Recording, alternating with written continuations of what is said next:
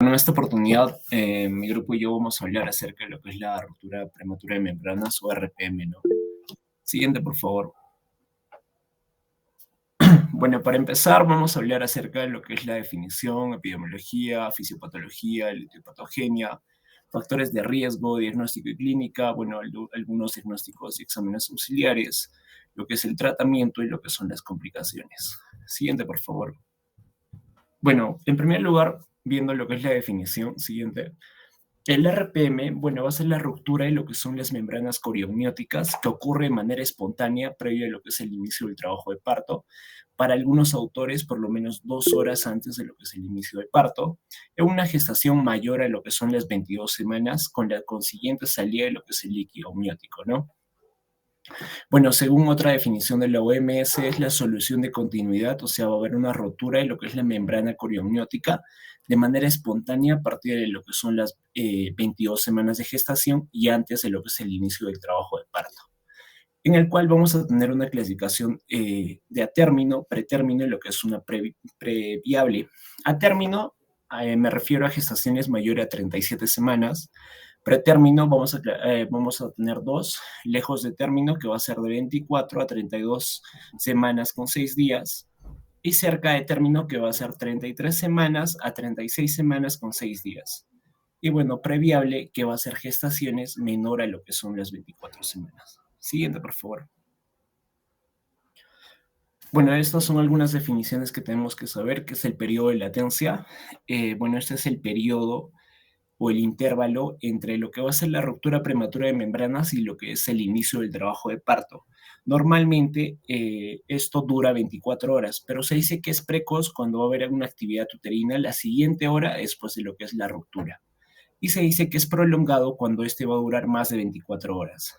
Ahora, hablando acerca del periodo de intervalo, va a ser el tiempo transcurrido entre lo que va a ser la ruptura prematura de membranas y lo que va a ser el parto. Y por último, lo que es la falsa RPM, ¿no? En el cual vamos a tener la ruptura del corium sin ruptura de lo que es el amnios. Para entender mejor esto, sabemos que hay dos capas, lo que es el corium y lo que es el amnios. Bueno, el corium va a estar o la parte externa, como se ve en la imagen, va a estar en contacto con el tejido corial, y el amnios va a ser la capa o la membrana que va a estar bueno, con el feto, ¿no? En la cara fetal. Entonces, entre estos dos espacios vamos a tener lo que es un líquido. Vamos a tener lo que es el líquido amniótico. Entonces, cuando se va a romper el corium, va a salir este líquido amniótico a través de lo que es la cavidad vaginal. Es por eso que hay que diferenciar lo que es una falsa RPM de lo que es una RPM, de lo que es la ruptura prematura de membranas, ¿no? ¿Y cómo vamos a diferenciar? Mediante lo que es este líquido. ¿Por qué? Porque el líquido va a ser, bueno, va a ser menos, va a ser escaso, el líquido va a ser escaso y bueno, va a ser escaso y para diferenciarlo usamos lo que es una ecografía, ¿no? Siguiente, por favor. Ya, uno antes, por favor, uno antes. Ya, me estaba olvidando. Algo importante es que a mayor latencia vamos a tener mayor riesgo de infección materno-fetal, lo que nos lleva a entender que en lo que es el periodo de latencia y lo que es la edad gestacional son los encargados de determinar el pronóstico y consecuentemente lo que es el manejo de la enfermedad. Siguiente, por favor. Bueno, hablando acerca de lo que es la epidemiología, en la actualidad lo que es la ruptura prematura de membranas se reconoce como un problema que repercute directa y significativamente en lo que es la salud pública debido a lo que son diversas complicaciones que puede generar no solo en la madre, sino también en su hijo, sobre todo si sobrevienen lo que son las semanas tempranas del embarazo. Siguiente, por favor. Bueno, se dice que de 8 al 10% de los embarazos a término se presentan con RPM, el 60-70% inician trabajo de parto de manera espontánea en 24 horas, y bueno, el 95% inician trabajo de parto de manera espontánea en no más de 72 horas. Bueno, el Perú no es ajeno a esta realidad, ¿no? Se hizo un estudio en lo que es el Hospital San José del Callao el año 2014, en el cual el RPM representó lo que es un 0.31% del total de morbilidades atendidas en lo que es el servicio de emergencia de obstetricia. Y bueno, hablando acerca de lo que es la frecuencia, embarazos a término tiene un 16 a 21% y embarazos pretérmino de un 15 a 45%, y bueno, otros autores dicen 18 a 20%, ¿no? Total de RPMs. Y bueno, se presenta con una frecuencia que varía entre lo que son 4 a 18% de los partos, y es la causa del 50% del parto pretérmino, y bueno, contribuye con el 20% de lo que son las muertes perinatales. Y nos preguntamos, ¿no? ¿Qué tiene que ver lo que es un RPM con un prematuro? Bueno, sabemos que cuando hay una ruptura de membranas, dependiendo esto de lo que es la edad gestacional, más adelante vamos a ver cómo va a ser el manejo de este. Bueno, cuando las membranas corionióticas se rompen, van a sintetizar lo que son mayor cantidad de prostaglandinas a nivel decidual o del corion, y bueno, estas prostaglandinas van a condicionar a que haya mayor contracción uterina. Bueno, y si estaríamos en lo que es un embarazo a término en buena hora, ¿no? Ayudaría a lo que es el trabajo de parto. Pero si sería un pretérmino, bueno, ahí habría lo que son algunos problemas, ¿no? Ahora, cuando las membranas corionéticas se rompen, o sea, esta barrera fisiológica que va a existir para el feto, va a ser invadida, uno, por gérmenes propios de lo que es el lecho vaginal, y van a infectar al feto, ¿no? Y el poco líquido que vamos a tener ahí. Y bueno, esto entonces primero va a infectar al feto y después a lo que va a ser al líquido amniótico, ¿no? Lo cual vamos a conocer como lo que es una corionitis. Y bueno, esto va a liberar mayor cantidad de prostaglandinas, ¿no? Siguiente, por favor. Bueno, doctor, buenas tardes. Continuando con la exposición, vamos a hablar acerca de la fisiopatología. Siguiente.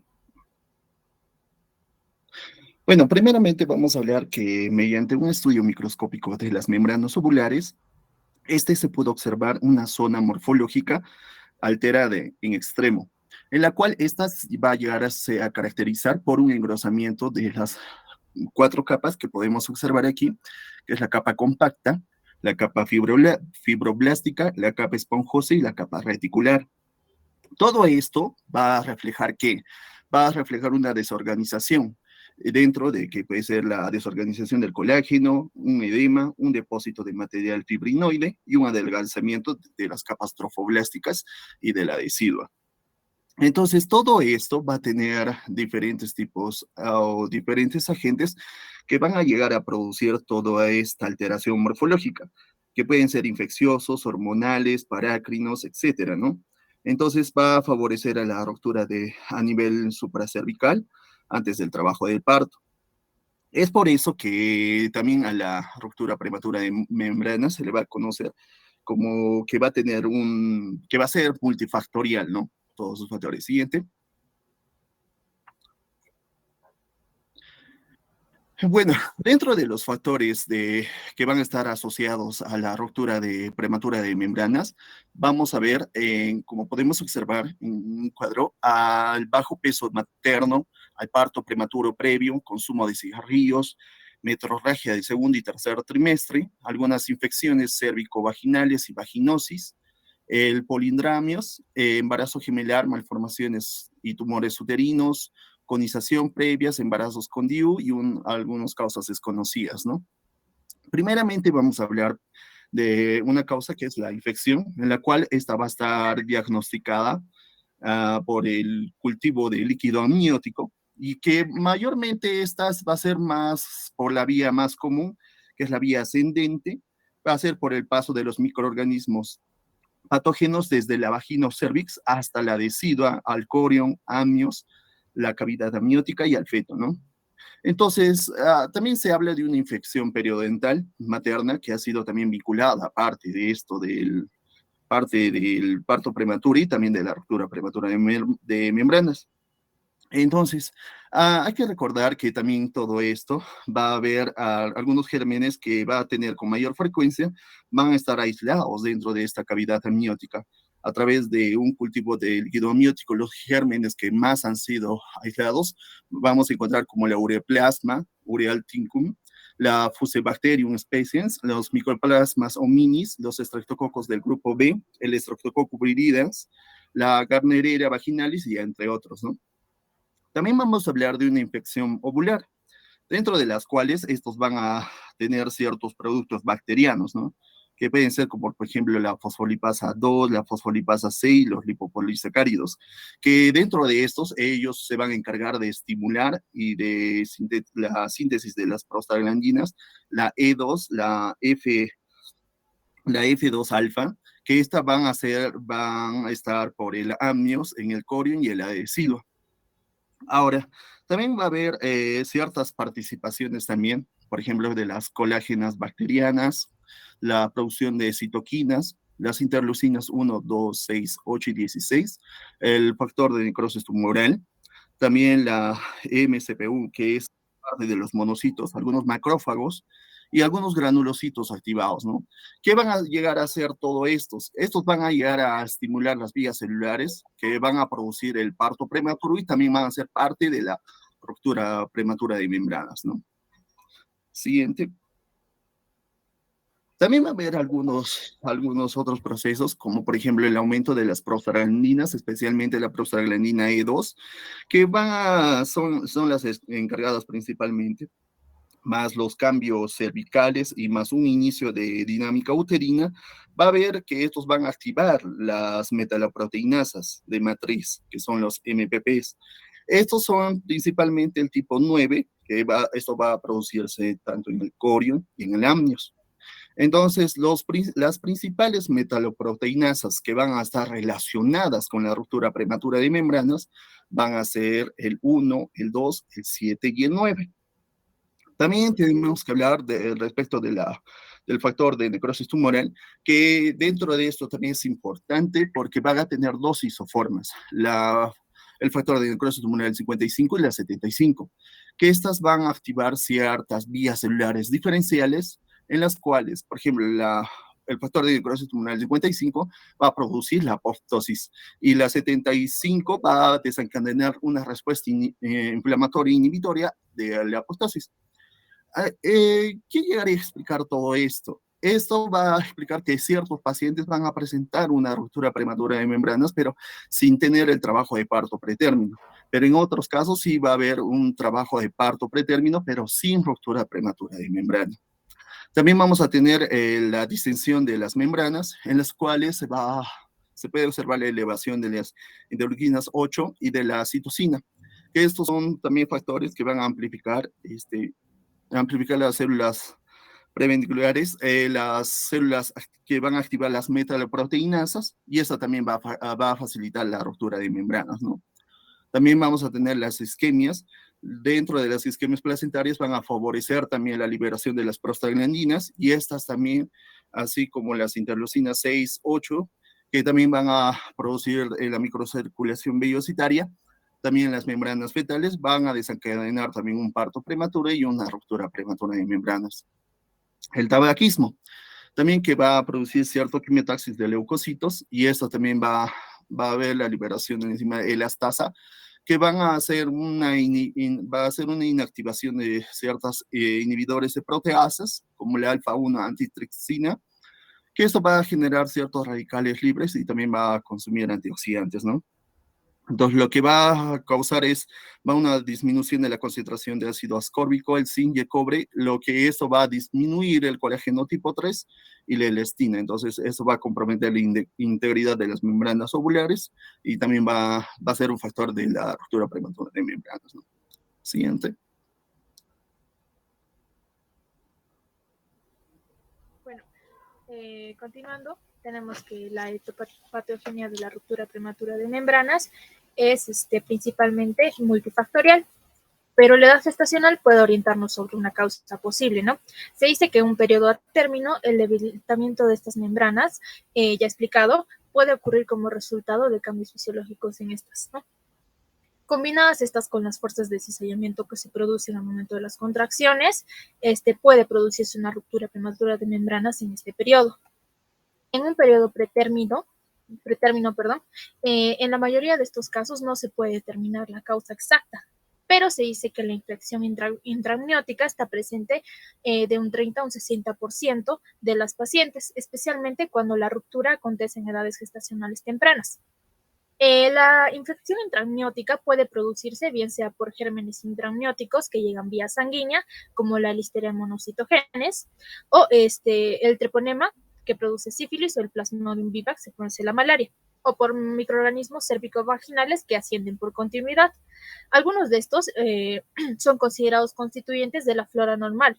Sin embargo, van a producir diferentes proteasas, colagenasas y elastasas que van a disminuir lo que es la longitud tensil de las membranas coreamnióticas. Esto va a facilitar principalmente la ruptura de estas. También se dice que el cambio del pH vaginal mayor de 4.5, valores ya conocidos, aumenta lo que son 3 veces el riesgo de una ruptura. Principalmente también otra fuente de proteasas en vagina es el fluido seminal, que puede permitir el transporte de microorganismos a nivel intrauterino. Este fluido se observa 11 veces más frecuente en pacientes con coito reciente y está igualmente explicado en la neonitis, ya un proceso que se relaciona con la ruptura de membranas. Un ratito. Yuri, ¿puedes apagar tu micro, por favor? Yuri. Yuri. Yuri.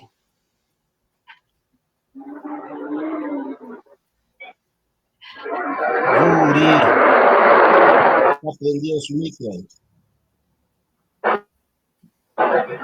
Yuri Omar Vargas. Creo que podemos continuar. Está bien, doctor.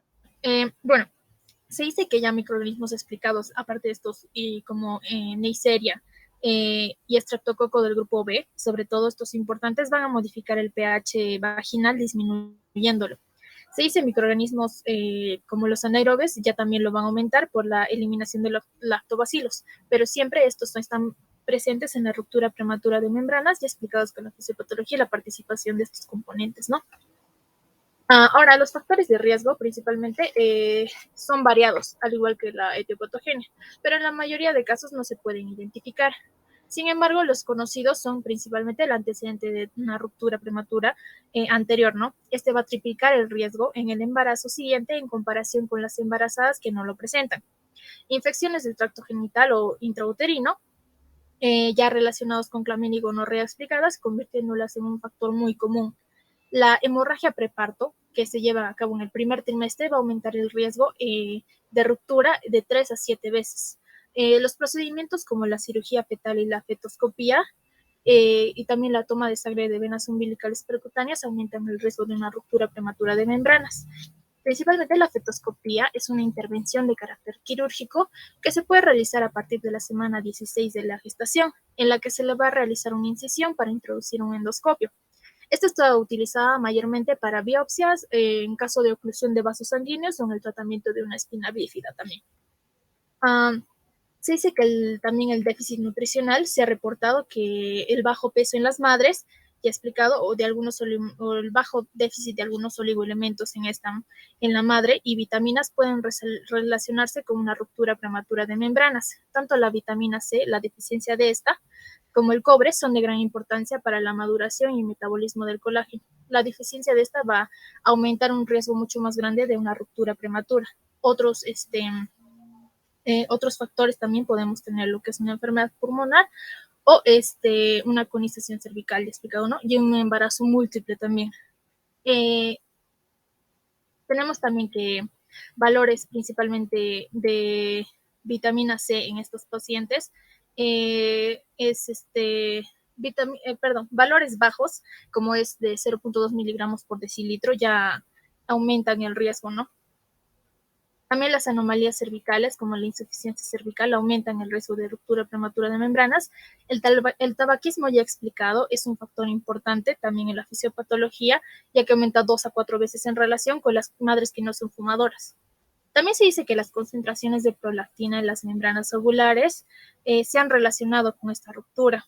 La prolactina hace parte de la regulación del medio fetal, regulando a su vez lo que es la osmolaridad y el volumen y concentraciones de electrolitos en el líquido amniótico, por lo cual se entiende que principalmente participa en cambios elásticos de las membranas mediante el efecto sobre el contenido de agua y electrolitos de estos, ya que si hay una alteración de estas se puede haber un riesgo mucho mayor de una ruptura prematura de membranas.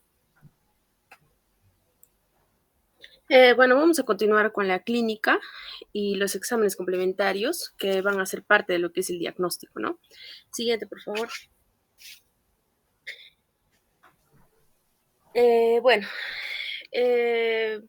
primero, ¿no? La paciente va a venir a nuestro consultorio, al consultorio diciendo que tal vez ha tenido la sensación como de orinarse, ¿no? Como que tiene el interior húmedo, mojado.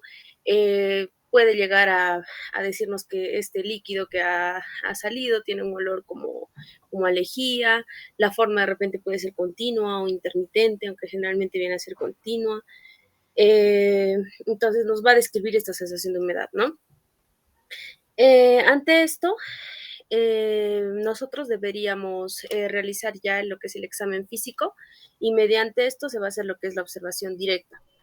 Este va a ser la principal fuente de diagnóstico, ¿no? Para nosotros ya dar el diagnóstico como tal o pasar a lo que van a ser los exámenes complementarios.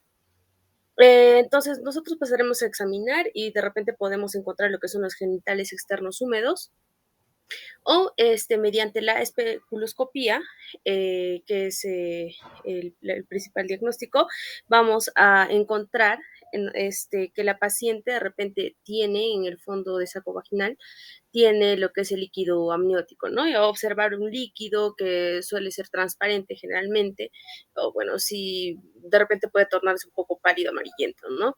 Este líquido amniótico puede encontrarse, como digo, en el fondo de saco o en el orificio cervical, ¿no? Puede haber una acumulación en la cúpula vaginal. Si es que no es así, entonces nosotros podemos realizar algunas maniobras, en este caso pues Valsalva, que bueno, como todos sabemos, trata de hacer que la paciente pues realice como un tipo como pujar. Entonces podemos evidenciar mediante la especuloscopía realmente que sí está habiendo que sí está saliendo lo que es el líquido amniótico, ¿no? También existe la maniobra de Tarnier, que, bueno, como se puede observar en la imagen, se trata de como empujar, bueno, jalar la cabeza del bebé de tal forma de que va también a provocar esta salida de lo que es el líquido amniótico. También se le puede decir a la paciente que tosa, entonces también va a provocar esa fuga, ¿no? Siguiente, por favor. Si en caso no tenemos siguiente, eh, realmente ya confirmado mediante esto y tenemos dudas, podemos realizar lo que es la ecografía en caso tengamos un ecógrafo. Ahora, la ecografía, bueno, lo debería hacer un especialista, nosotros no estaríamos preparados para realizarlo. Pero en esta, bueno, podemos encontrar algunos signos, ¿no? Primero, entender de que la profundidad normal que se debería encontrar es mayor o igual a 2 y menor a 8 centímetros. Y el volumen normal del líquido amniótico, que es sacado en lo que es un índice de líquido amniótico en centímetros, que debería ser mayor a 5 centímetros, ¿no? Entonces, si encontramos el volumen de líquido amniótico inferior al esperado, ¿no? Para la edad gestacional, estaríamos hablando de un oligohidramnios, ¿no? Y como vemos acá, entonces encontraríamos el líquido amniótico menor de 2 centímetros de profundidad o un índice de líquido amniótico menor o igual a 5 centímetros. Ante esto también podríamos, bueno, como se ve en la ecografía, ¿no? Esta parte que es como negra es la parte de líquido y vemos que hay una gran pérdida de este líquido amniótico. Entonces nosotros incluso, si viene a ser muy, se puede decir grave, podríamos llegar a palpar las partes fetales del bebé, ¿no? Por fuera, mucho más palpables, si se puede decir. Y también incluso la altura uterina se podría ver disminuida. Sin embargo, si nosotros vemos que el volumen de líquido amniótico es normal, entonces no podríamos aún así descartar lo que es la ruptura prematura de membrana, porque se dice que un feto puede producir lo que es la orina a la misma velocidad en la que se pierde el líquido amniótico. Entonces, se puede llegar a conservar este volumen más o menos constante, ¿no? Entonces, tampoco es como que si nosotros vemos el volumen que está normal, no vamos a descartar esta ruptura. Bueno, también tendríamos, en cuanto al oligohidramnios, Obviamente, si es que lo encontramos, no vamos a decir que se trata de una ruptura prematura de membrana como tal, sin antes haber realizado el anterior examen clínico, ¿no? Tendríamos que descartar otras causas, así sea hipoxia fetal crónica, malformaciones congénitas, ¿no? Embarazo postérmido también. Entonces, bueno, aquí abajo puse como para recordar. Entonces, si vemos que hay ruptura prematura de membrana ya comprobada con el examen clínico, más una ecografía, ¿no? Con este índice amniótico normal, entonces el pronóstico puede ser excelente, ¿no? Y suele ser predictivo negativo para lo que es una infección. No estamos hablando que no se trata de una infección, pero ya puede ser predictivo. Estaremos prediciendo que no se trata de esto. Mientras que si ya tenemos esta RPM comprobada y es menor lo que es este índice de líquido amniótico, entonces sí podría haber una probabilidad de infección, ¿no? Como causa. Siguiente, por favor. Así también tenemos exámenes de laboratorio, ¿no? Tenemos exámenes comunes, como viene a ser la cristalografía y la nitracina, y bueno, ya más específicos, ¿no? Como en este caso la Amisur. En cuanto a la cristalografía, viene a ser un examen. Este viene a ser un examen en el que vamos a evidenciar en un portaobjetos la forma de lo que es un helecho, ¿no? Este método va a ser más práctico para el diagnóstico de ruptura prematura de membranas. Vamos a recolectar lo que es el líquido de fondo de saco vaginal, lo ponemos en un portaobjetos, se seca por 10 minutos aproximadamente, y ahí es donde vamos a observar ese tipo de cristalización en forma de helechos. Esto se debe a la mucina y el cloruro de sodio que cuando se secan se cristalizan. Entonces, generalmente, si es que existen falsos negativos, se refiere a que de repente han transcurrido más de 4 horas de haber tomado de la ruptura prematura que ha tenido la paciente y se ha tomado la muestra pasando estas 4 horas, o incluso si es que hemos hecho secar menos de 10 minutos, ¿no? Esta muestra para ser vista. También puede haber falsos positivos. En este caso se dice que si la muestra se obtiene del cervix, ¿no? En vez de obtenerla del fondo de saco, como ya les mencioné. O también se puede ser un falso positivo si es que en la vagina hay elementos que se cristalizan de forma similar, como por ejemplo orina o soluciones antisépticas. En cuanto a lo que viene a ser la nitracina, como vemos, es unas tiras de pH, ¿no? Entonces, en este caso tendremos que saber que, bueno, la vagina viene a tener un medio ácido, ¿no? Esto debido a los bacilos de Döderlein, que degradan la glucosa en ácido láctico y, bueno, obviamente hacen acidosis. Por esto es que la vagina es ácida. Y el líquido amniótico viene a ser alcalino. Entonces, al nosotros hacer la prueba, este va a virar hacia el color azul, ¿no? Superando bueno, de 6, ¿no? Que de pH. Entonces, lo que se va a hacer es que se va a colocar este papel de nitracina, esta tira reactiva, durante 15 segundos en el fondo de saco vaginal posterior y bueno, vamos a evaluar, ¿no? Como les dije. Puede haber falsos negativos, sí, si el tiempo transcurrido también entre la ruptura prematura y la realización de la prueba, igual a la anterior, han pasado más de 4 horas, o falsos positivos si se obtienen casos de que haya soluciones alcalinas en la vagina, ¿no? En este caso puede haber sangre, semen, exceso de moco cervical, orina o que la paciente haya usado jabones.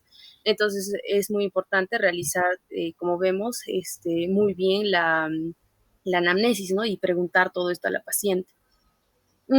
Hasta acá, no, todavía no pases. Hasta acá la validez de estas dos pruebas es igual, ¿no? Independientemente de la edad gestacional, refiere el libro desde 12 a 41 semanas y, bueno, usadas en conjunto se dice que tienen una efectividad casi del 100%.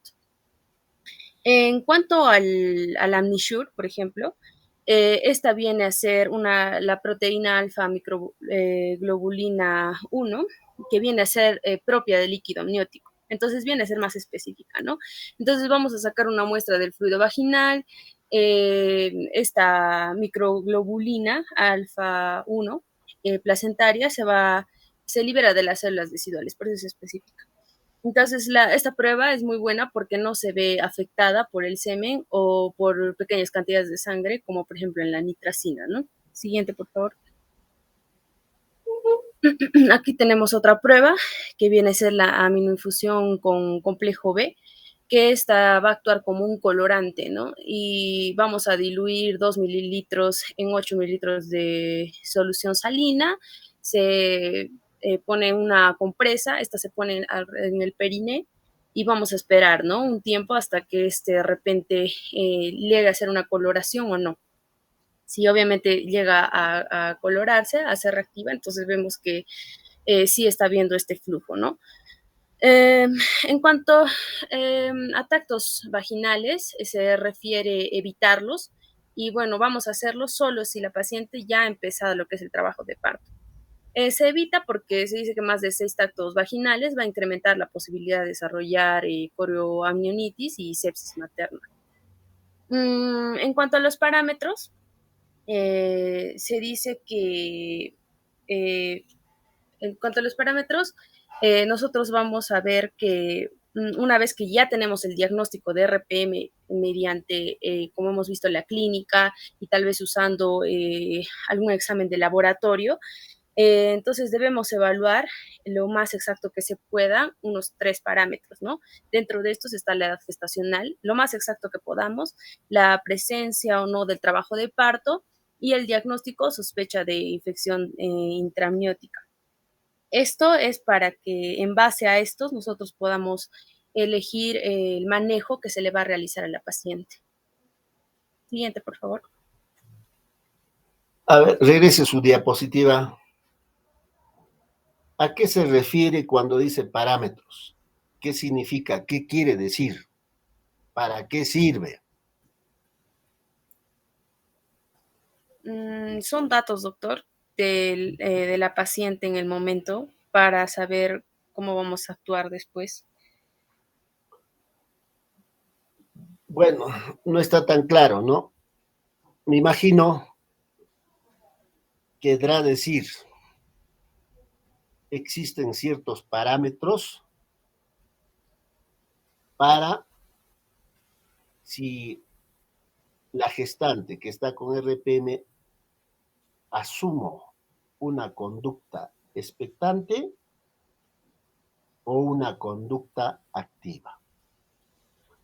Ahora, si hablamos, entonces, para decidir, ¿es una conducta expectante o activa? Está en función a la edad gestacional, va a estar en función a la presencia de contracciones uterinas y lógicamente va a estar en función a la sospecha de una infección o una corioamnionitis. Entonces me imagino a eso se refiere porque no está tan claro. Lógicamente, si yo tengo el parámetro más importante, si hablamos ya de manejo, será pues la sospecha o la presencia de una infección. Significa, si yo tengo una sospecha de corioamnionitis o estoy frente a una gestante con RPM y infección, significa corioamnionitis, independientemente de la edad gestacional, habría que terminar el embarazo dentro de las 24 horas de haber diagnosticado corioamnionitis. Me imagino para eso sirve esos parámetros, ¿no? A ver, antes creo que la siguiente ya es tratamiento, ¿no? ¿Cuántos más faltan exponer? Solo uno, doctor. Ya, entonces yo creo que, a ver, regresa,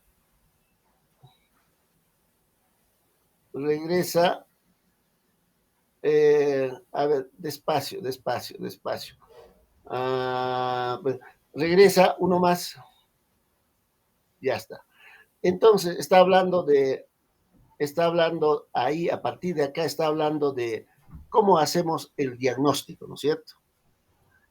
Entonces, se supone cuando uno habla de diagnóstico, el diagnóstico será clínico y corroborado con laboratorio. Laboratorio. Ahora, avance.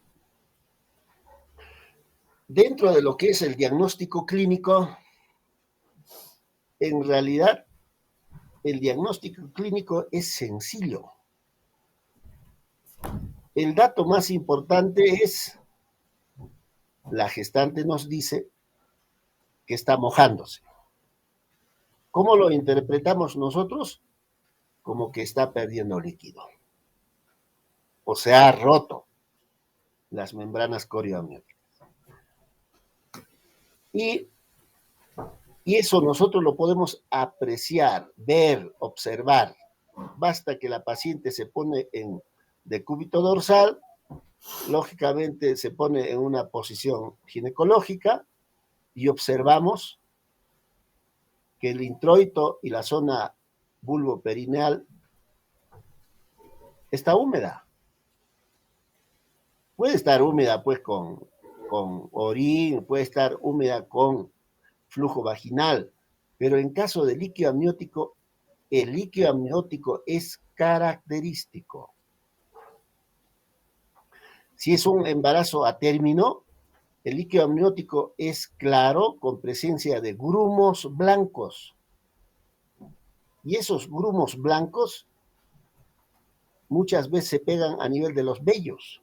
Entonces uno mira y dice, acá hay una pérdida líquida.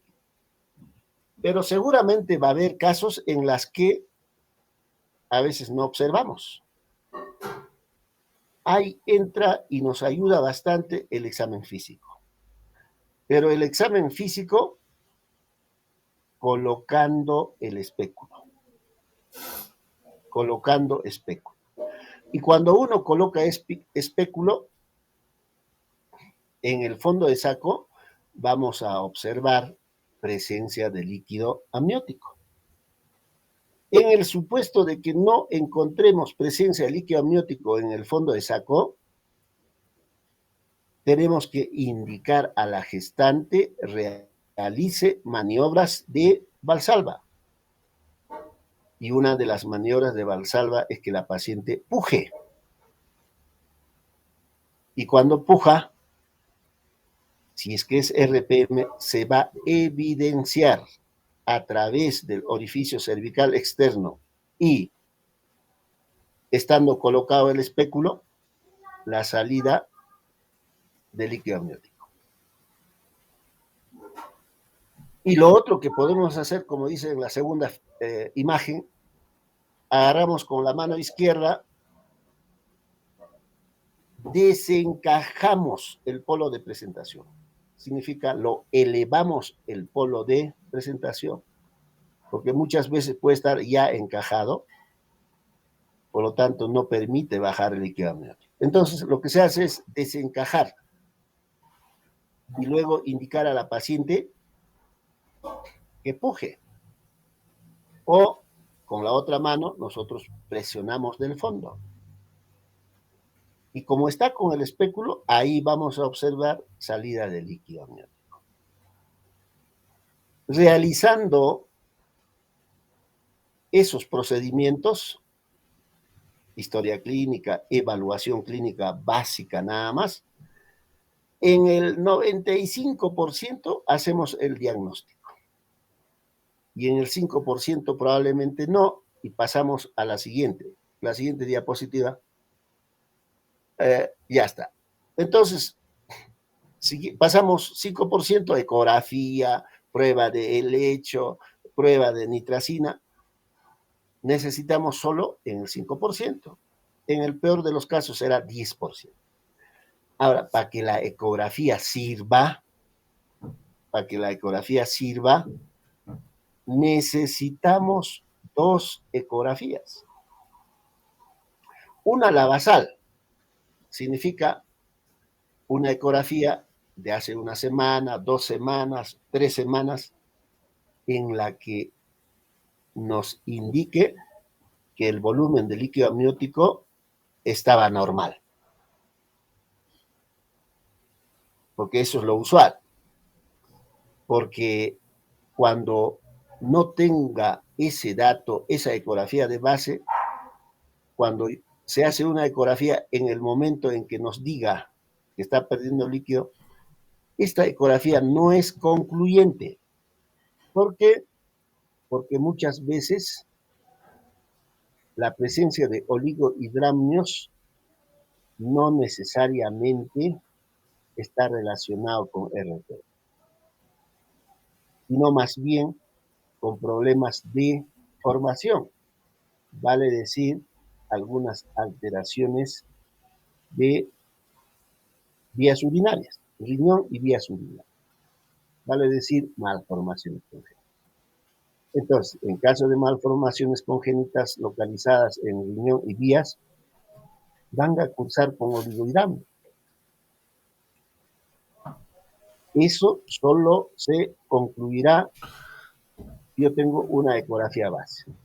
Que hace 2 o 3 semanas era oligo, ahora oligo, concluido que se trate de una malformación probablemente a nivel renal. Pero si antes era normal y ahora es poco, seguramente estamos frente a un RD. La siguiente. Ya entra ahí la prueba del hecho, ¿no? En el hospital, en Lorena, hacemos la prueba del hecho en emergencia, también la prueba de nitracina. Ambos fácil de desarrollar, ambos fácil de realizar. Para la prueba del hecho, lo único que necesitamos es una lámina.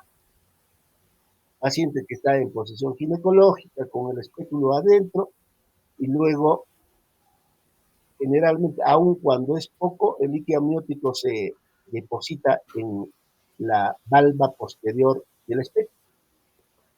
Al retirar esa valva, lo poco que hay se le vierte sobre la lámina. Y esta lámina se hace secar a temperatura del medio ambiente y luego se lleva al laboratorio, se observa en microscopio en forma directa. Y vamos a ver imagen compatible con hojas de leche. Sencillo. Pero también en emergencia, mucho más práctico todavía, hacer la prueba de nitracina, pero para realizar la prueba de nitracina tenemos una tira reactiva y esa tira reactiva directamente se puede colocar en el fondo de saco. Tenemos que tener 2 colores. Y la tira reactiva se convierte en azul, se supone que es pérdida de líquido, RT. Y está en amarillo no hay pérdida de líquido. Azul, pérdida de líquido, y amarillo, no hay pérdida de líquido. Eso se hace solo en emergencia con una tira reactiva. Y finalmente, una de las pruebas que sí podemos hacer es la determinación del fosfatidilglicerol. El fosfatidilglicerol me sirve para 2 cosas. Uno, para determinar presencia de RPM, si es que encuentre fosfatidilglicerol. Y 2, me dice que el feto está maduro. Por lo tanto, me indica también para terminar el embarazo. ¿Por qué? Porque el fosfatidilglicerol se sintetiza y se secreta a nivel de los alveolos pulmonares. De manera que secreciones de vías respiratorias se vierten a nivel del líquido amniótico y si el feto ya está maduro, voy a encontrar fosfatidilglicerol. A ver la siguiente. Bueno, hasta ahí. Continuemos.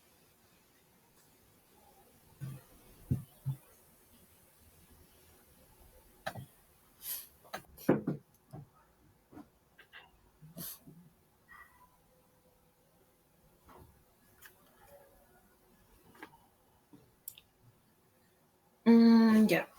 Doctor Hermógenes, compañeros, buenas tardes. Continuando con la exposición, yo les voy a hablar sobre el tratamiento de esta ruptura prematura de membranas. Siguiente, por favor. Bueno,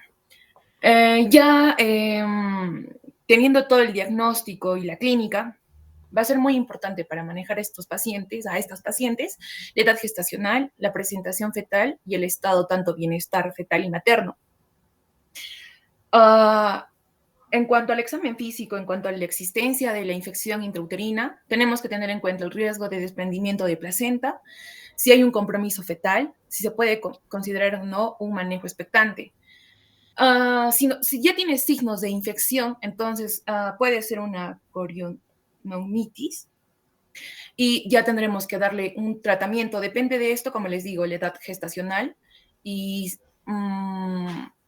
se le va a dar este manejo al paciente. En cuanto al cultivo de los estreptococos del grupo B, es muy importante, ya que si es que nos sale positivo este cultivo, bueno, le tenemos que dar un esquema de tratamiento diferente, ya sea esto.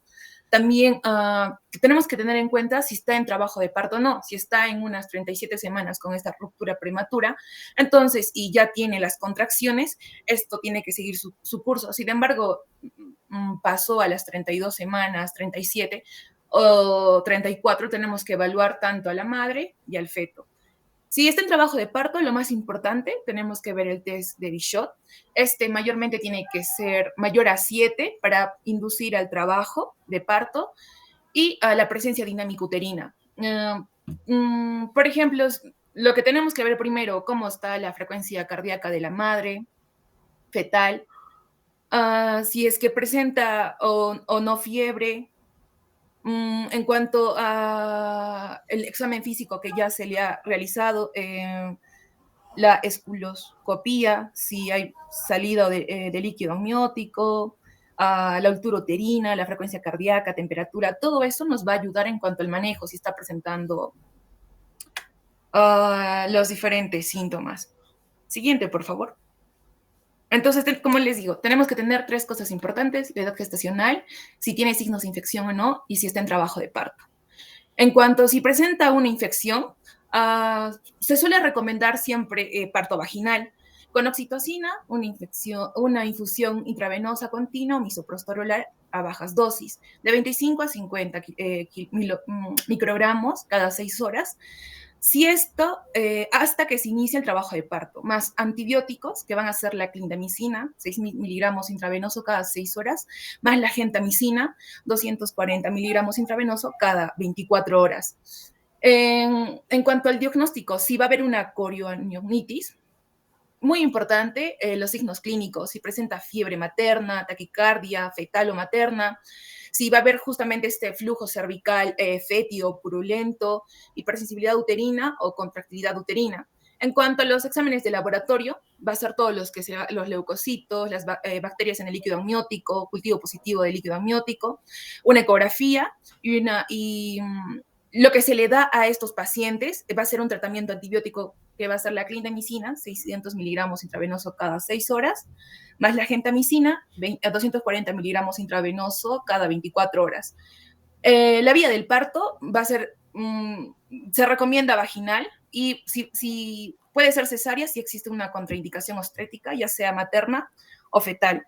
Por ejemplo, si nosotros nos encontramos en Chumbivilcas, y tenemos ya la edad gestacional, si está en trabajo de parto o no, y vemos diferentes factores, si presenta signos de infección, a estos pacientes, por ejemplo, se tiene que ver los factores de riesgo, instalar una vía endovenosa segura, iniciar tratamiento antibiótico terapéutico. Si es la ruptura prematura mayor a 12 horas, usar antibióticos como la ampicilina, 2 gramos endovenoso, si la gestante no manifiesta signos de alergia. Otra alternativa podría ser la eritromicina, 500 miligramos cada 8 horas por vía oral, o la gentamicina. Si hay fiebre o el líquido está con un mal olor, iniciar antibiótico terapéutica combinada. Estas pueden ser la ampicilina, 2 gramos endovenoso, más la gentamicina. Y bueno, y referirlo inmediatamente. Siguiente, por favor. Este va a ser el esquema principal.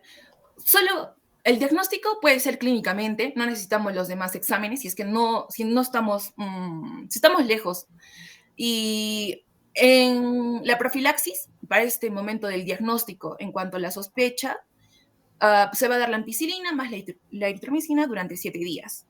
También se le puede dar la ampicilina intravenosa durante 3 días. Otra opción podría ser la eritromicina oral a 2 gramos por día en 4 tomas durante 10 días. Y si es que ya tenemos esta sospecha del diagnóstico en cuanto a la coriomionitis, en acá se le va a dar la clindamicina más la gentamicina, ambos intravenosos. La clindamicina cada 6 horas y la gentamicina cada 24 horas. Siguiente, por favor. Bueno, si nuestra paciente en cuanto a la edad gestacional es mayor a 34 semanas y está con o sin coriomionitis, es muy importante evaluar al feto con una ecografía, la hospitalización y el reposo de cúbito lateral, hidratación. Vamos a usar antibióticos profilácticos después de las 6 horas o 8 horas de ruptura prematura, que esto nos va a ayudar justamente a reducir la morbilidad infecciosa materna, pero puede ser no significativa en cuanto al recién nacido. ¿Qué es lo que le vamos a dar? ¿Una ampicilina o una cefalosporina de primera generación? Esto tiene que ser de 1 a 2 gramos endovenosa cada 6 horas. Y en caso que sí presente una coriomionitis, una cefalosporina de tercera generación, 2 gramos endovenoso cada 24 horas. Puede estar acompañado con un aminoglucósido, que sería la amicacina, 1 gramo endovenoso cada 24 horas. La paciente termina la gestación durante 24 horas siguientes. Muy importante, el Bishop, si este va a ser mayor o igual a 7. Si tenemos que inducir el parto vaginal, y en cuanto si este va a ser menos de 7 el Bishop, va a ser una duración cervical con 2 oxitocina por 10 horas y luego la inducción al parto. Y si la inducción no responde luego de 6 horas, ya considerar que hay o proceder a cesárea, ¿no? Para que no haya complicaciones en cuanto al recién nacido. Estos pacientes van a tener un peso estimado mayor a 2.000 gramos. Si, por ejemplo, estaría menos, tenemos que sí o sí inducir al trabajo de parto. Siguiente.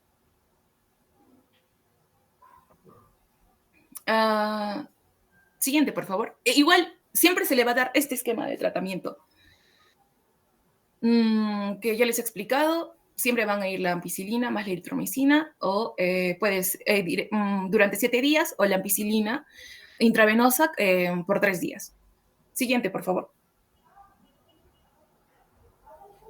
En cuanto a si hay una ruptura prematura de entre las 24 a 34 semanas, estas pacientes va a cambiar más el manejo, lo que sí o sí, hospitalización y reposo, a restringir tactos vaginales para complicar en cuanto a la sepsis o a la infección que presenta, usar un apósito vaginal, controlar los signos vitales maternos y fetales cada 6 o 8 horas, especialmente el pulso y la temperatura. En cuanto al control obstétrico, cada 6 a 8 horas.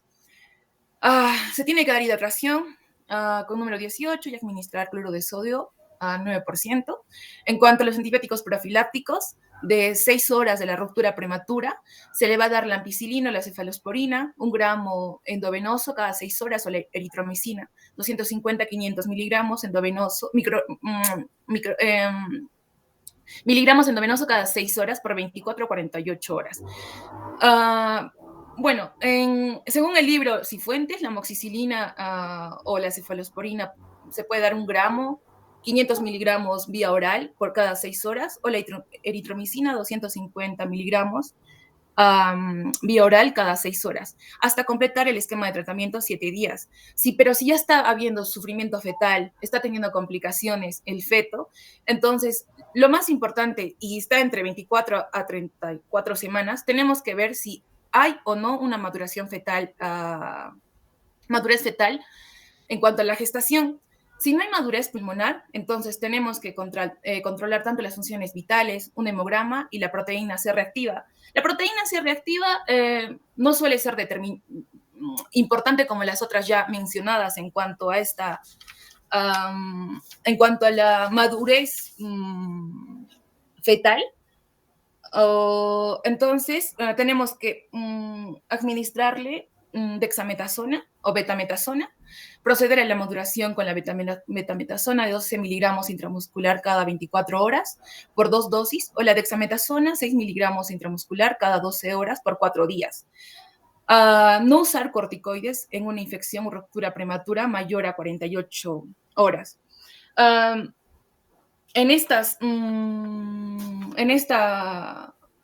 En cuanto a los pacientes que tengan 24 a 34 semanas, siguiente, por favor, es muy importante evaluar si va a presentar sepsis materna, si va a presentar las complicaciones, el riesgo de que haya una compresión del cordón umbilical por oligotraumios.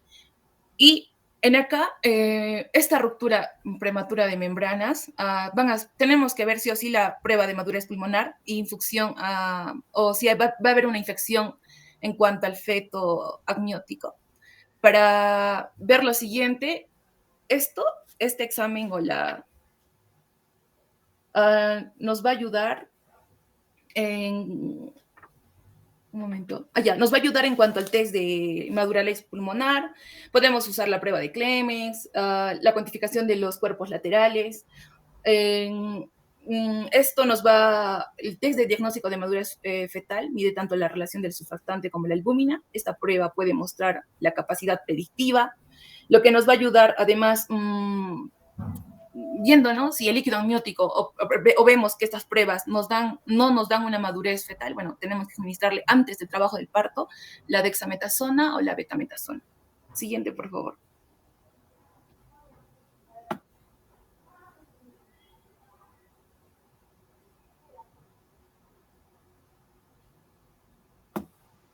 Si hay una ruptura prematura en la gestación menor a 26 semanas, estos pacientes van a tener más riesgo todavía en cuanto a las complicaciones y si va a tener sí o no una corioneumonitis. Sí, importante la hospitalización, interrumpir la gestación versus una conducta expectante. ¿Qué quiere decir esto? Si está viendo un compromiso fetal y materno, tenemos que interrumpir, sea cual sea la edad gestacional, sí o sí el embarazo. Y en cuanto a la conducta expectante, esto tenemos que ver el peso del bebé, si va a estar menos a 1000 gramos. Segundo, tenemos que ver si puede haber un riesgo de sepsis materno, si puede haber sepsis en cuanto a líquido amniótico. Lo que nos va a ayudar acá, siguiente, por favor, va a ser...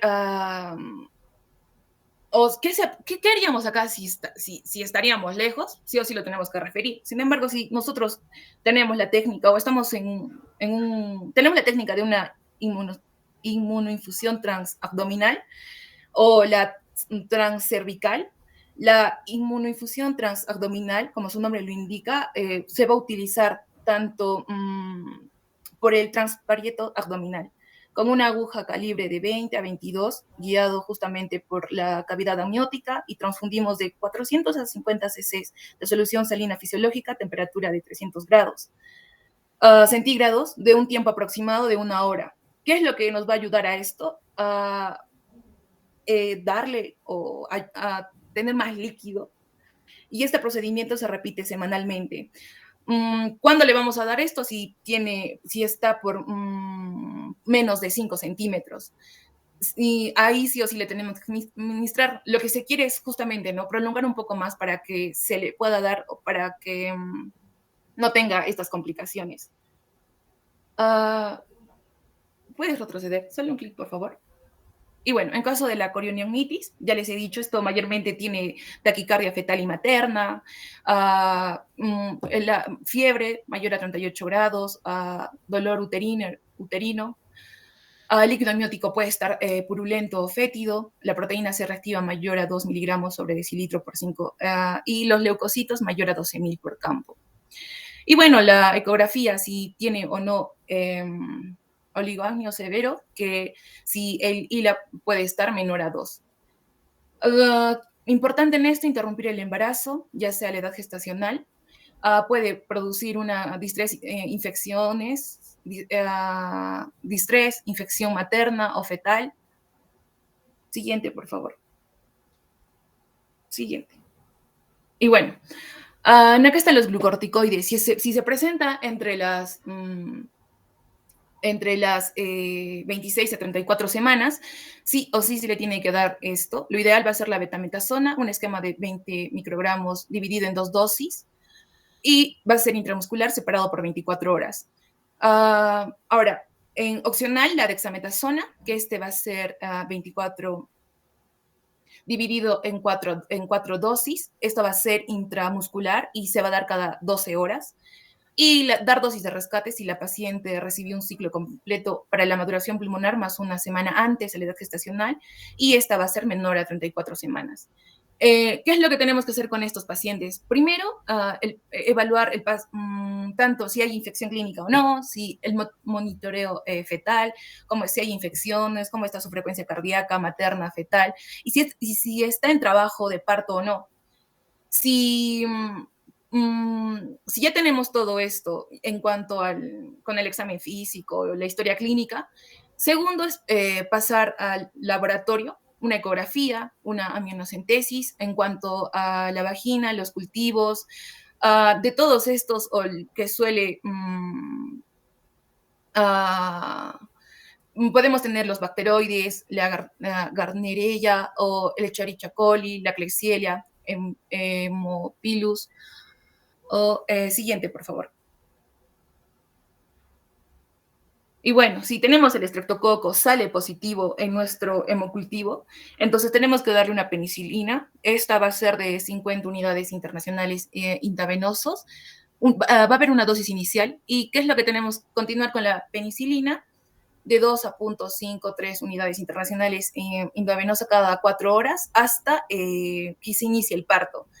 Si no hay, tenemos la opción de la ampicilina, 2 gramos intravenosos, seguido por 4 horas del parto. Y si va a ver si tiene alergia en cuanto a este tratamiento, bueno, podemos usar la cefaloxina, 2 gramos intravenoso inicial continua, con 1 gramo intravenoso cada 8 horas hasta el parto. Y si ella presenta, ya es severo, entonces podemos darle la opción de la clindamicina cada 6 horas hasta el parto. Siguiente, por favor. Sí. Luisa, quédate por ahí, a ver, quédate. Ya ahí. No lo has leído como debe ser el uso de antibióticos. Okay. Entonces, ¿qué dice ahí? Tratamiento de estrepto del grupo B. Antibiótico de primera elección será la penicilina. ¿De qué penicilina estamos hablando? Penicilina G sódica. ¿Cuánto se debe dar? Esta parte no lo has leído bien. Se debe dar 5 millones. 5 millones de unidades internacionales por vía endovenosa como dosis inicial, continuar igual con penicilina G sódica entre 2,5 a 3 millones de unidades igual por vía endovenosa cada 4 horas por o hasta que se produzca el parto. Pero el estrepto también es sensible a la ampicilina. ¿Cuánto debo dar? Eso está en las guías.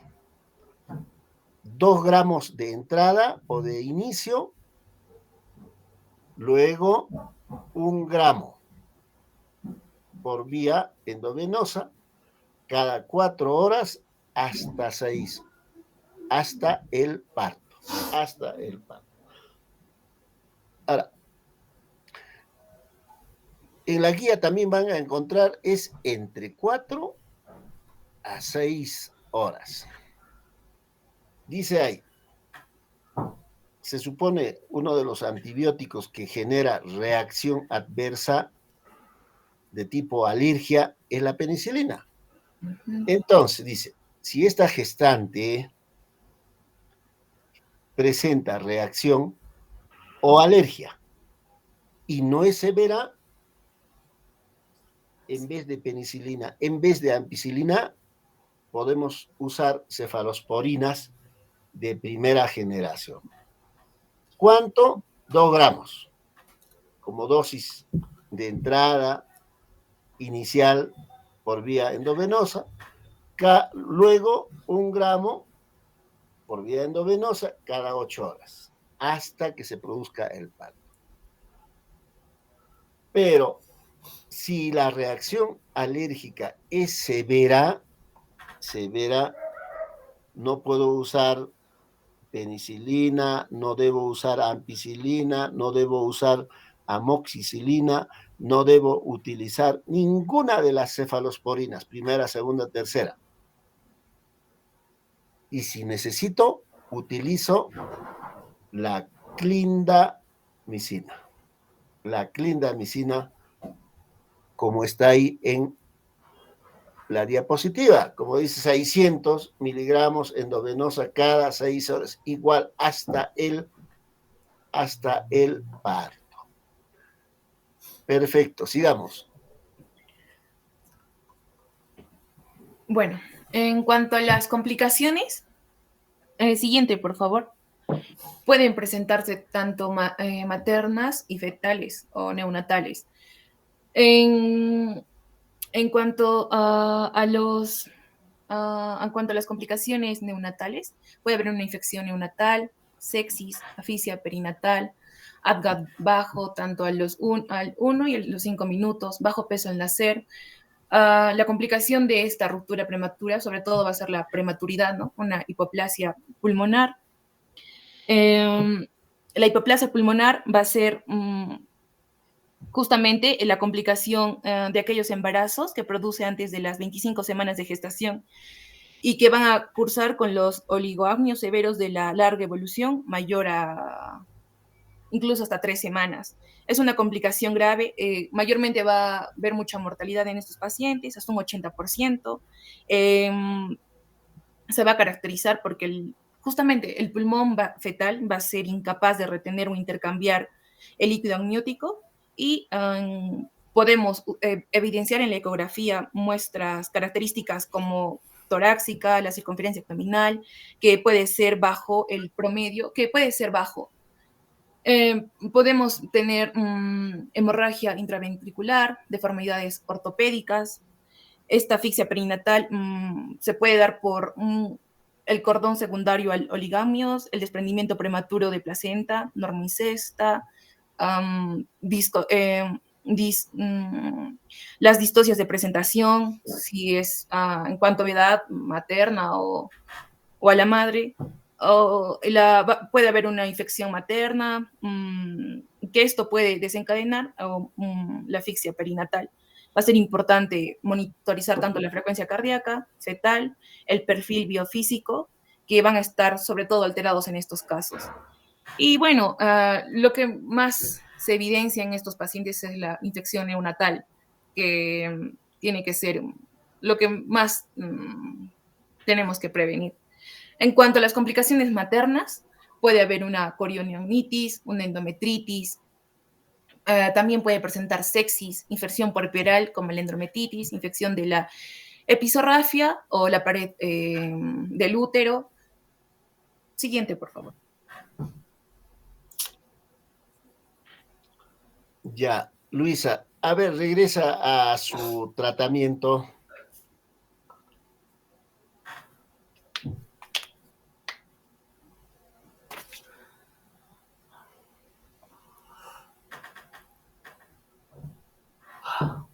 Más.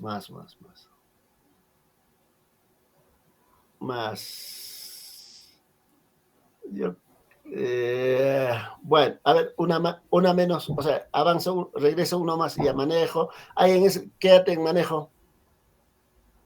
Ya, manejo inicial de RP.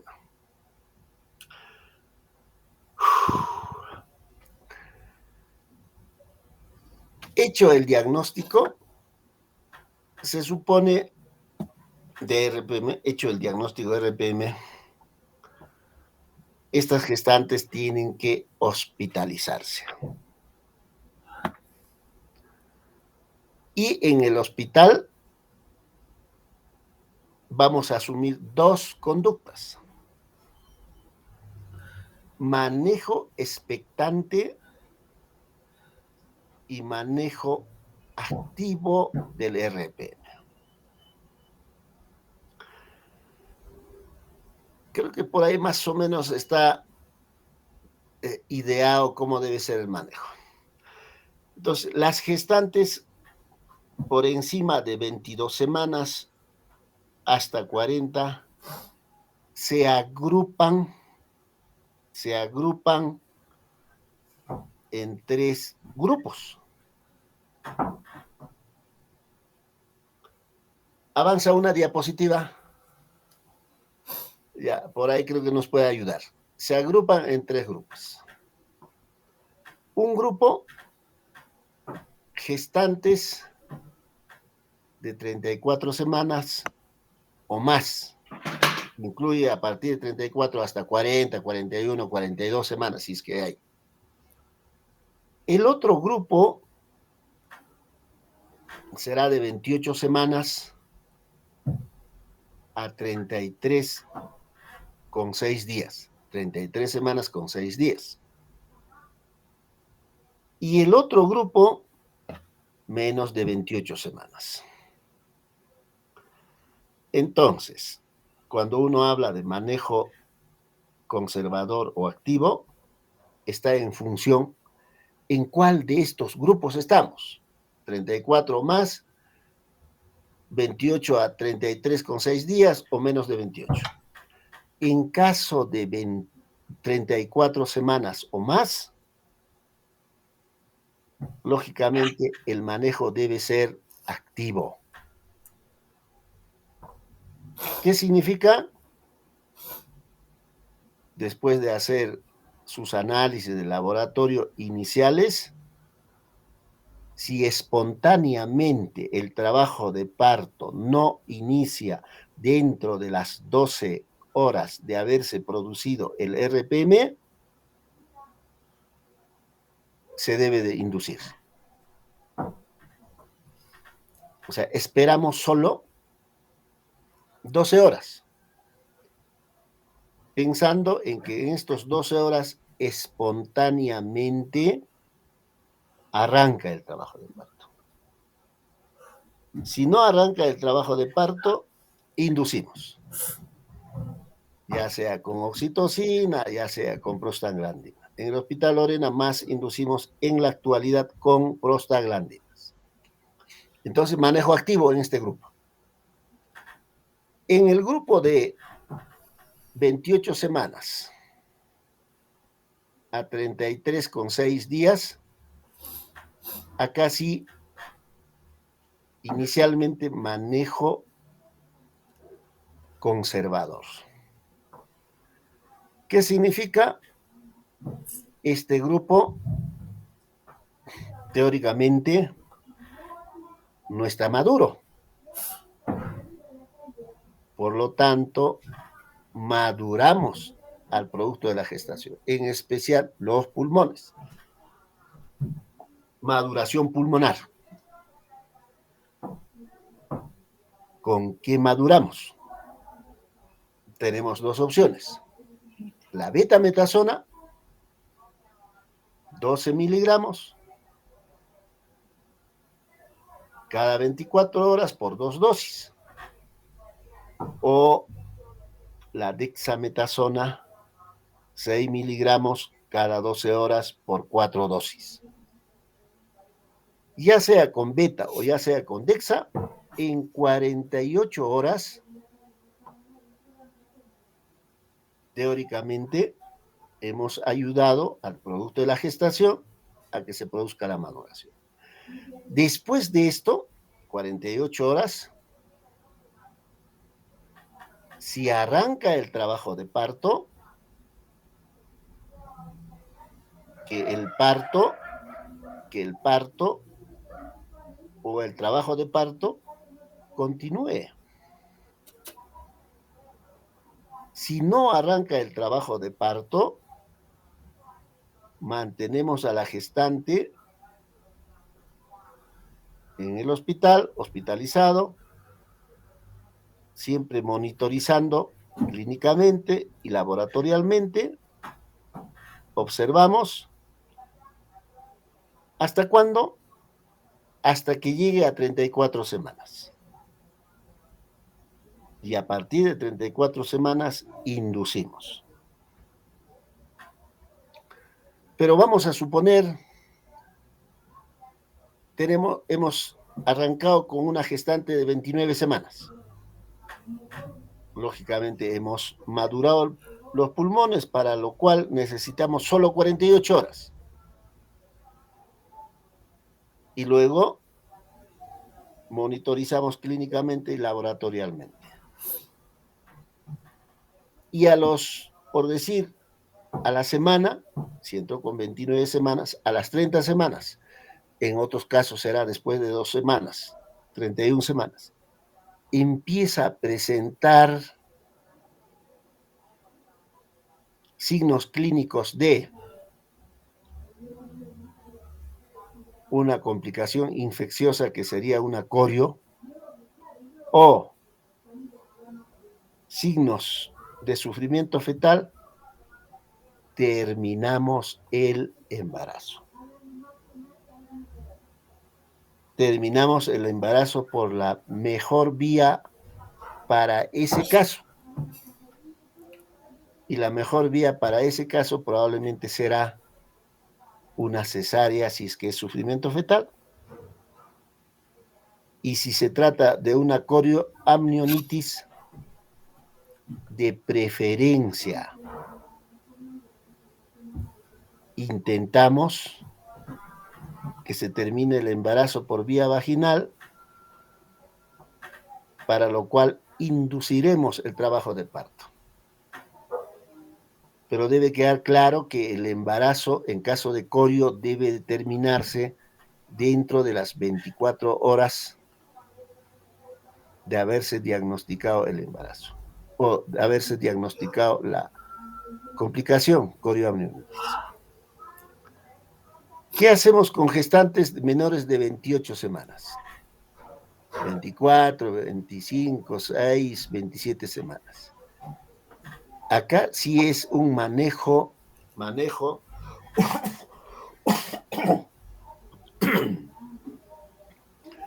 es un manejo en equipo, valorando neonatólogo, infectólogo, lógicamente el ginecólogo, incluso la familia. Por decir, si estamos frente a una gestante de 25 semanas, RPM, para que el producto pueda sobrevivir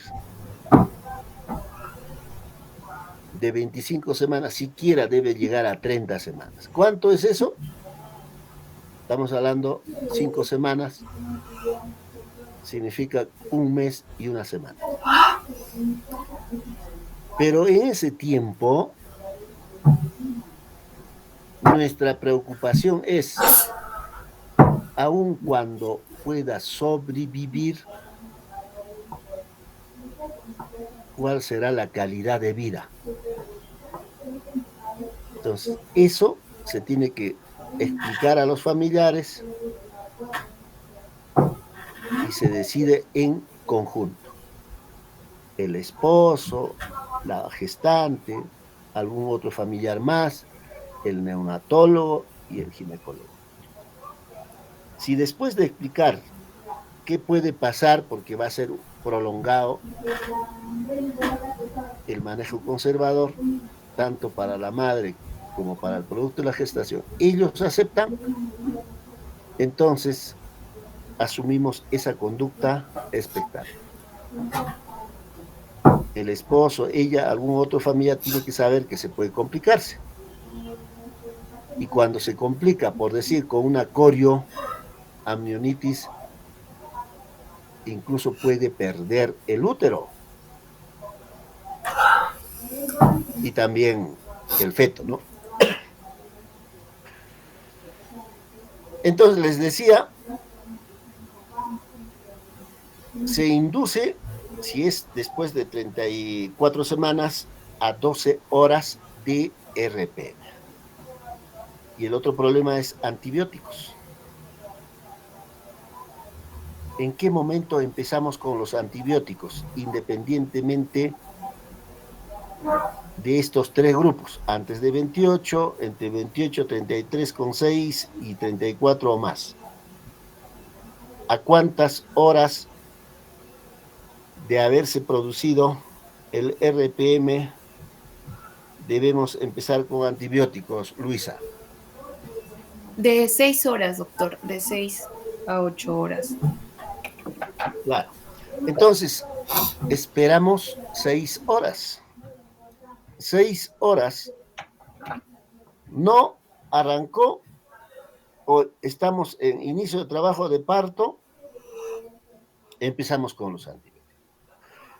Y si hablamos de antibióticos, hay un montón de esquemas. Montón de esquemas.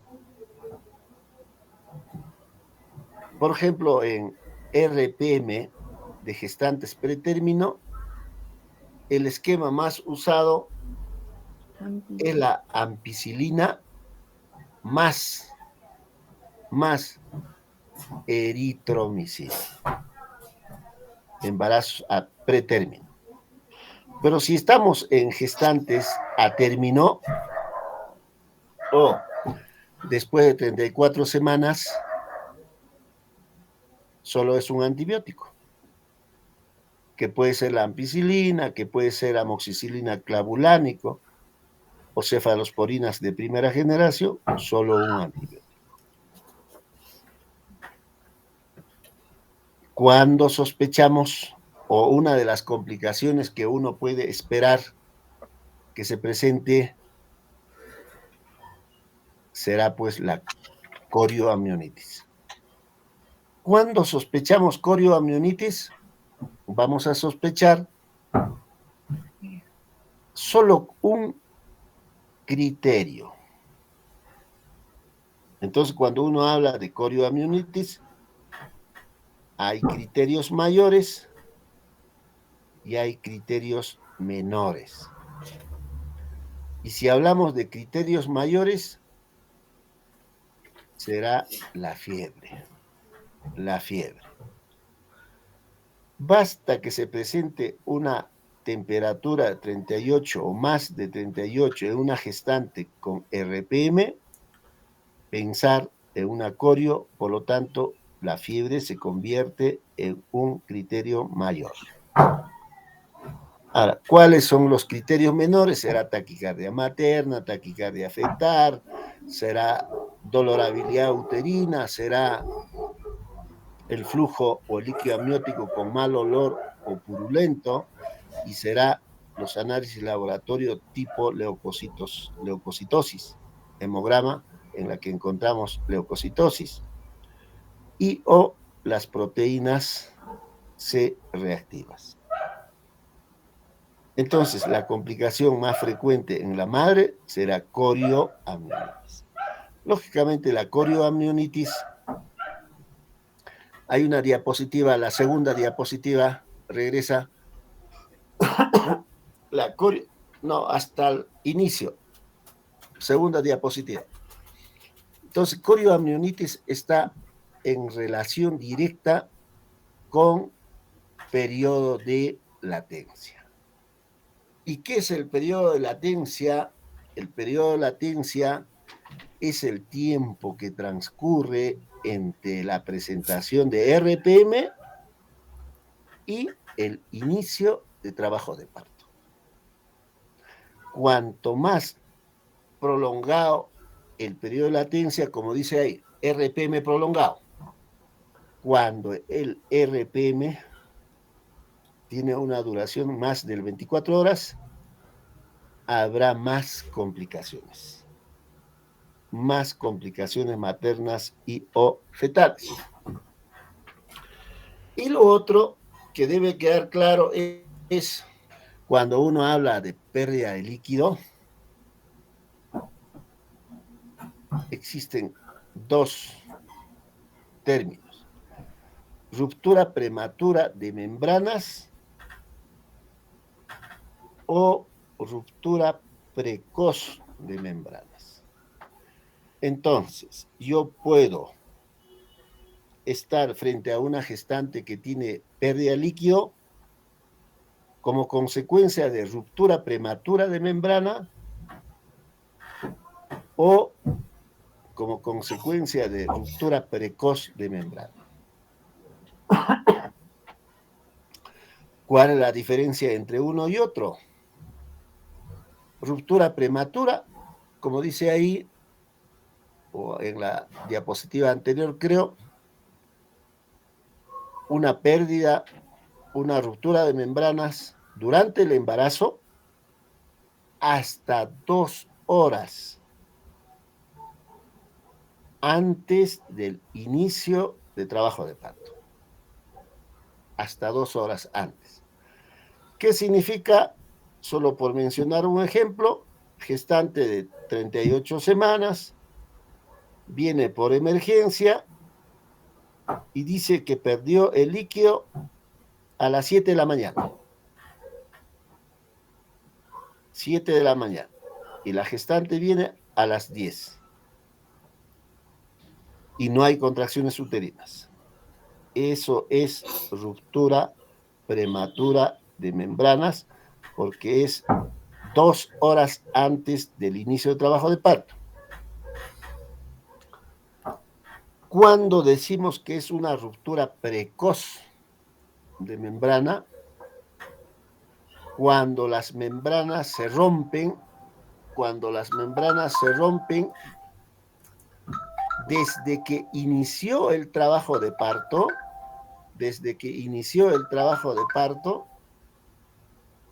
hasta que la dilatación se ha completado. Significa las membranas pueden romperse con dilatación de 1, con 4, con 6, con 8, con 9, 10. Ahí se considera como ruptura precoz de membrana porque las membranas se han roto cuando la gestante ya había entrado en trabajo de parto o ya está en trabajo de parto. Ya pues, no sé si hay alguna pregunta.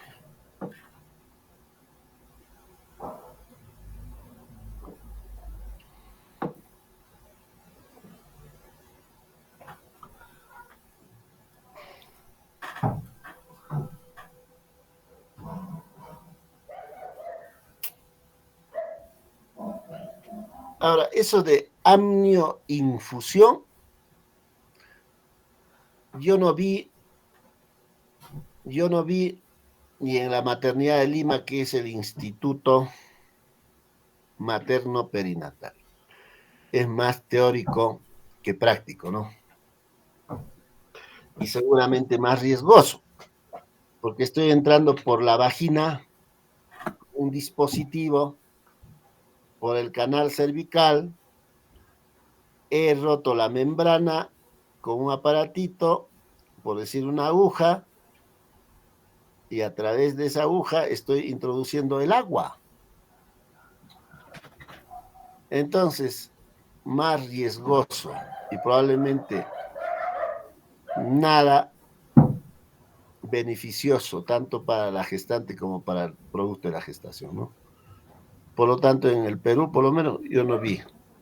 De repente lo harán en Estados Unidos, no sé. Doctor, y en caso de la oxacilina, vi un caso de ruptura prematura y de membrana y se suele dar siempre ampicilina y gentamicina, ¿no, doctor? Y la oxacilina, doctor. La oxacilina. Uh-huh. ¿Dónde ha visto? En la rotación, doctor. Se le había dado por cesárea y empezó a haber una infección y le estaban cambiando a una oxacilina, pero No sé, doctor. Y busqué, bueno, el libro no hablaba de ese, por ejemplo. Claro, pero es que lo que no se ha dado cuenta Luisa Pilares es la oxacilina está dando por RPM o está dando por una complicación de RPM. Una complicación. Entonces la cosa cambia, ¿no? Hoy día con los muchachos de mi grupo de prácticas, justo hemos visto un caso de oxacilina. Entonces, se supone como manejo de RPM, prevención de complicación infecciosa, no entra la oxacilina. No entra. Pero sí va a entrar la oxacilina en caso de una complicación infecciosa a nivel de pared abdominal. Ahí va a entrar. ¿Por qué? Porque he visto, creo que un cuadrito que pone cuáles son los gérmenes que pueden estar involucrados en una corioamnionitis. Ahí no está los gérmenes de la piel. ¿Cuál será el germen de la piel, Luisa? Estafilococcus aureus, doctor. Ya ahí pone estafilo. Ahora, estafilo, ¿cómo entraría para que genere una corioamnionitis? Tendría que hacer, pues, la persona que hace tacto vaginal sin guantes o guantes contaminados. ¿Con qué? Con estafilo. Ahí quizás uno podría indicar oxacilina, pensando en estafilo, que será recontra raro. Pero si yo he tenido una gestante con RPM, por alguna razón lo operé, y a los días hace infección de herida operatoria, ahí, primera opción a pensar en función a microorganismo, será estafilo. Y si pienso en estafilo, el antibiótico a usar será oxacilina. Me imagino por ahí está lo que ha usado oxacilina en el regional. Muchas gracias, Ahora, doctor. de lo contrario, tendría que preguntar a la doctora Erika Usca por qué están usando oxacilina. Sí, doctor, no solo lo vi, ruptura prematura, y empecé a revisar y encontré la oxacilina. Gracias, doctor. Claro, faltó preguntar pues a Erika por qué doctorita está usando oxacilina. Perfecto. ¿Alguna otra pregunta? Ya estamos fuera de la hora, así que pensaba, yo creo que haremos una práctica mañana o una teoría haremos mañana pues en la noche conmigo. Sí, nos tocaría ruptura uterina, ¿no, doctor? Con usted. Claro, sí, mañana lo podemos hacer en la nochecita. Ok, doctor. Sí, porque el viernes creo que voy a viajar aprovechando feriados, entonces imposible. ¿Y cuándo hemos quedado el examen? El 10, doctor. Pero, doctor, se sube las notas del 8 al 12 de mayo. Ya, entonces si dan examen el 10, a ver dónde está el calendario. A ver, vamos a ver. Tengo 2 días para introducir las notas. Sí, doctor, hasta el 12. A ver, vamos a ver, espérenme un segundo, ¿dónde está el calendario? Acá está, creo. Ya, hoy día estamos 26. Si lo hacemos mañana, a ver. Ya, mayo. Mayo empieza lunes. Sí. Feriado. Miércoles 3. Ay, sí, el lunes es feriado. Ya, miércoles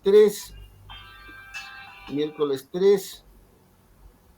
Luego, miércoles 3. El otro lunes será 8. Sí. ¿No? Sí, el otro lunes es 8. Y quieren dar examen el 10. Sí, doctor. Y todavía queda temas para exponer embarazo Claro, múltiple. ya, eso está claro. Estoy pensando pensando en otra cosa. Entonces, el 3 miércoles tendríamos una opción de hacer clases y el lunes 8 otra opción de hacer clases. Sí, doctor, nos faltaría el Y 3. queda infección urinaria, embarazo múltiple. Embarazo múltiple, hágalo cortito nomás, bien cortito. Infección urinaria también es cortito, no es mucho. Entonces, yo creo que mañana podemos hacer, no sé, a las 8 de la noche. Yo lo hago en lo posible corto nomás, lo que me corresponde. Está bien, doctor. Y ya nos Perfecto. Entonces quedamos a las 8. Quedamos a las 8. Mañana, jueves, ya. A ver, ya, doctor, le voy a coordinar con mis compañeros y le confirmo, por favor. Me llama. Perfecto, tengo que regresar al hospital. Hasta mañana, Luego, hasta mañana. Buenas tardes. Gracias, doctor. Gracias, doctor.